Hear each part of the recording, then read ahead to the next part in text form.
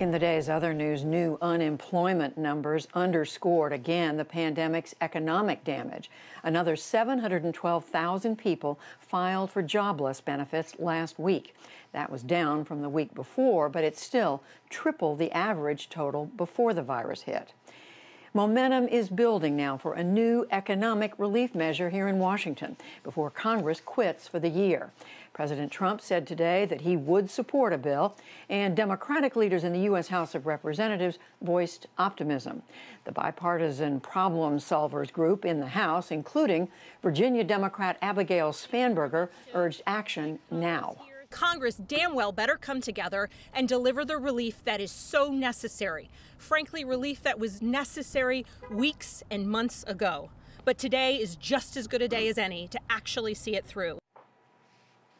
Congress's top Democrat, House Speaker Nancy Pelosi, and the Senate's Republican Majority Leader, Mitch McConnell, spoke today about a stimulus bill, and several more Republican senators came out for a bipartisan $900 billion measure. We'll speak with Utah Republican Senator Mitt Romney in just a few minutes. The nation's foremost infectious disease expert, Dr. Anthony Fauci, says that he will stay on at the National Institutes of Health, and he will serve as the Biden administration's chief medical advisor on the pandemic. Also today, President-elect Biden named Brian Deese to head the National Economic Council. Deese worked in the Obama administration, and he helped to craft the auto industry bailout. President Trump refused to say today if Attorney General William Barr still has his confidence. Instead, the president told a reporter, quote, "Ask me in a number of weeks." On Tuesday, Barr said there's been no evidence of widespread election fraud, as the president claims. Today, Mr. Trump said that Barr needs to keep searching. They haven't looked very hard, which is a disappointment, to be honest with you, because it's massive fraud. This is not civil. He thought it was civil. This is not civil. This is criminal stuff. This is very bad criminal stuff.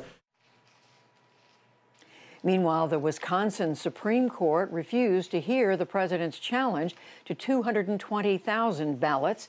He lost that state by just under 21,000 votes. The Trump campaign is pursuing a similar lawsuit in federal court. China and the United States clashed today on two fronts. On travel, the U.S. State Department imposed tough new restrictions on Chinese Communist Party members and their families coming to the U.S. for extended stays. Beijing blamed what it called extreme anti-China forces. China also denounced a U.S. ban on cotton goods from a major producer in Xinjiang province over allegations of forced labor. The foreign ministry denied that thousands of Uyghur Muslims in Xinjiang are being forced to work inside detention camps. We'll explore this further later in the program.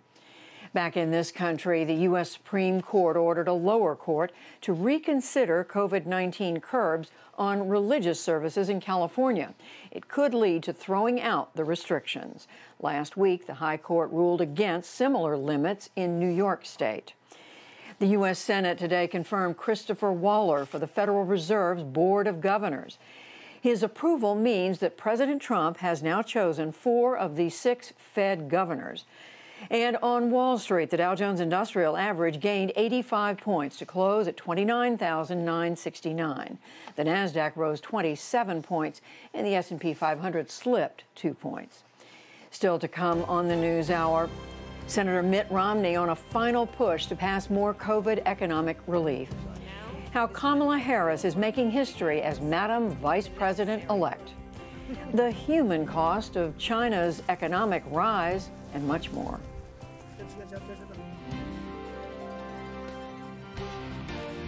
This is the PBS NewsHour from WETA Studios in Washington and in the West from the Walter Cronkite School of Journalism at Arizona State University.